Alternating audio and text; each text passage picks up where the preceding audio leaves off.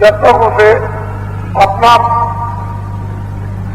और परमात्मा का प्रकाश नहीं मिलता तब तक जीवात्मा को होश नहीं आता। और इतनी सुलभ रीति, सुलभ रास्ता भजन का कि अपना संसार की तरफ से थोड़ा सा ख्याल, ध्यान इधर से लगाओ, जरा सा हटाकर 5 मिनट, 10 मिनट, 15 मिनट, आधा घंटा थोड़ा सा भजन पर जरा जोड़ दोगे और मन बुद्धि को रोककर संसार की तरफ से रखकर जीवात्मा के साथ लगाओगे तो दोनों की मदद से बोझा उतरेगा, चलेगा। और जब बोझा उतरेगा तो जीवात्मा बोझे से हल्की हो जाएगी और उससे इतने सूक्ष्म काम है कि उसे अपने शब्द की, अपने नाम की खबर होने लगेगी कि हमारे अंदर वास्तव में खजाना अमोलक भरा हुआ है और उसमें जो रस है वो अस्थाई, आनंद जो है वो अस्थाई। लेकिन जब तक उस पर बोझा लगा है, होश नहीं आता है, तब तक वो उस अस्थाई आनंद का, रस का अनुभव नहीं कर पाती। और इसी वजह से मन जो है वो दरवाजे पे हटकर इंद्रियों के भोगों में फिर पुनः जो जुगों का आदि हो गया उसी तरफ भागता। तो मन आज का नहीं है, ये जुग इन इंद्रियों का आदि बन गया और एक जन्म में यदि ये मुड़ जाए तो ये समझो कि मालिक और महापुरुषों की बहुत बड़ी कृपा हो रही है। उसके अलग अलग परिचय हैं, कोई रोता हो, कोई चीखता हो, संसार से उदासीन हो गया हो, संसार से घृणा आ गई हो, परमार्थ की तरफ भजन में उसका मन लगने लगे, ध्यान में, सुमरन में उसका लगने लगे, बाल बच्चों से, संसार के सामान, रिश्तेदारों से या लोगों से उचाट आने लगे, तो ये समझना चाहिए कि मालिक की हमारे ऊपर में विशेष दया है। जितना ही संसार से उचाट होगा, संसार की तरफ से ढीला होगा, उतना ही परमार्थ में लगा होगा और परमार्थ में पक्का होगा। लेकिन जब तक आप सही चीज ना समझ लो कि जीवात्मा बैठी हुई है, उसमें क्या क्या चीजें हैं, तब तक किसी की समझ में क्या आएगा। शरीर में 2 कान है, शरीर में 2 आंख है, 2 नाक है, ये जो बाहर से आप देखते हो ये बाहर के शारीरिक औजार है, लेकिन इससे अंदर से संबंध नहीं। जो जीवात्मा के कान और आंख है और नाक है, उसका यदि संबंध अंदर से हो जाए तब तो वो अंदर सृष्टि में सुनने का, देखने सुनने का काम करने लगे। उसके लिए हमें लगन होनी चाहिए, तड़प होनी चाहिए। जब प्यास लगती है तो आदमी छटपटाता है, और बात की जब उसको प्यास हो तो वो छटपटाता है। जब वो सत्संग मिल जाए, हम किसी अच्छे के पास पहुंच जाए, हमारा भजन बन जाए, फिर भजन में उसकी रुचि आती है और बैठ जाता है, तो कभी बनेगा, कभी अरुचि हो जाएगी। तो ऐसा मालूम होगा कि साधन हमारा खत्म हो गया। फिर जब कभी रुचि बनेगी तो फिर भजन और ध्यान में बनने लगेगा। उस समय पर यह समझना चाहिए कि मेरे ऊपर बहुत से कर्मों के तरह तरह के बोझे लगे हुए हैं, जो अपने जीवों के साथ में कर्म किए हैं। किसी को आराम दिया, किसी को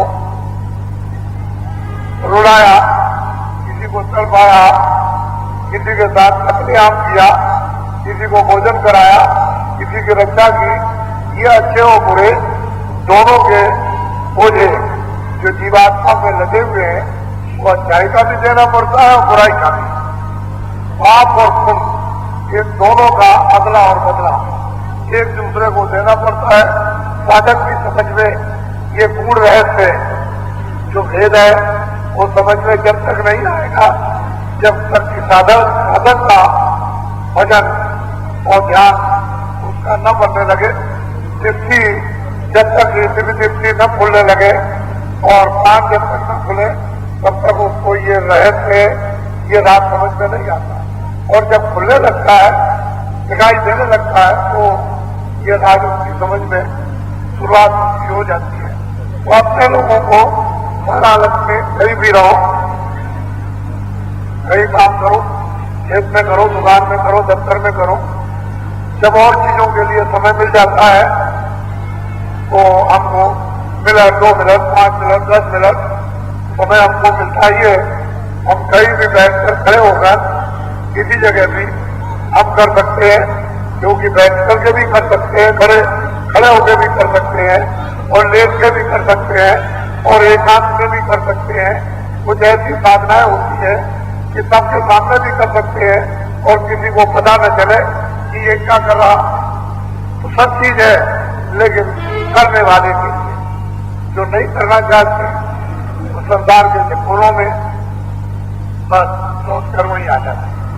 आखिर में कितने जो खोले युग से खाए, कितने संयुग, कितने त्रेता, कितने द्वापर, कितने कलयुग बीत गए और कितने बार महाप्रलय हो गई और उसके बाद पुनः पृथ्वी का नवीकरण से निर्माण हुआ और फिर उसके बाद कलयुग त्रेता द्वापर कितने बार खत्म हो गए और फिर प्रलय हो गई। तो कितने युग युगांतर बीत गए जब वे मालिक के यहाँ पे आए और अभी तक वापस नहीं आता। तो महापुरुषों की हर तरह से अकथ परिश्रम मेहनत होती है, किस तरह से जीवों पर संस्कार डालकर संस्कारी उसको बनाते कि आगे जो भी महात्मा आएंगे उनको इनके उठाने में, इनके ले जाने में, भजन ध्यान सुमरण कराने में, इनकी सुविधा प्राप्त कराने में और इनकी जीवात्मा के जगाने में और घर पहुंचाने में एक आसानी हो जाएगी। तो महात्मा उस तरह की जीवों के साथ में सुविधा संस्कार डालते रहते हैं और वो ऐसे कम उच्च कोट के संस्कार डालते हैं कि समय आने पर जीवात्मा यहाँ से बड़ी आसानी से यहाँ से निकलकर इन मनुष्य से और अपने परम घर में जो जहाँ कभी छोटा बड़ा नहीं, जहाँ कभी विनाश नहीं होता है, वहाँ जीवात्माएं पहुंच जाती है। लेकिन हम लोगों को अभी से ही सबको ये चेतना और कोशिश तन्मय होकर के करनी चाहिए कि हमारा जो काम है उसको हम करें। थोड़ा बहुत सुगम हो जाएगा, लेकिन न इधर से न उधर ये भी मुश्किल होगी। तो आप बुद्धि से विचार नहीं करते हैं कि रामायण क्या कहती है, गीता क्या कहती है, वेद क्या कहते हैं, वहां पुराण क्या कहती है। बद और लेख दो ही काम है, पाप और पुण्य ये दो ही काम है। सब महात्मा भगीरों ने बताया कि बुराई का बुराई और अच्छाई का अच्छाई, ये जब सब चीजें हैं और सबने बताई तो ये खेद ही कर्म सृष्टि का है। मनुष्यों को कर्म करने का अधिकार दे दिया है। आंख से करो, कान से करो और नाक से करो, हाथ से करो, पैर से करो, मन से करो, बुद्धि से करो, चित्त से करो। ये जो औजार है इनसे जो भी काम आप करोगे वो कर्म बनता चला जाएगा और फिर इनका फल अपने अपने औजारों को भोगना पड़ता। आंख को अपना, कान को अपना, नाक को अपना, जबान को अपना, मन को अपना, बुद्धि को अपना, चित्त को अपना। जो इनसे काम करेगा उसे भोगना। फिर वो उससे दुखी होगा, कोई आंख से दुखी होगा, कोई कान से दुखी होगा, कोई बहरा हो जाएगा, कोई अंधा हो जाएगा, कोई लूला हो जाएगा, कोई लंगड़ा हो जाएगा, कोई मन से पीड़ित होगा, कोई बुद्धि से चिंतित होगा। ये तो और इसलिए ये कर्म क्षेत्र होगी है, जो जैसे कर्म करे वैसा करता है। साधकों को ये चाहिए कि जो भी सुबह शाम कर्म करे अच्छा बुरा बन जाए, बुरा तो करे नहीं, अच्छा जो बन जाए, लेकिन शाम को सब समर्पण करते हैं। ये मुझसे भूल चूक या अच्छा बुरा जो कुछ भी बन गया वो मतलब ये हम अर्पण करते हैं।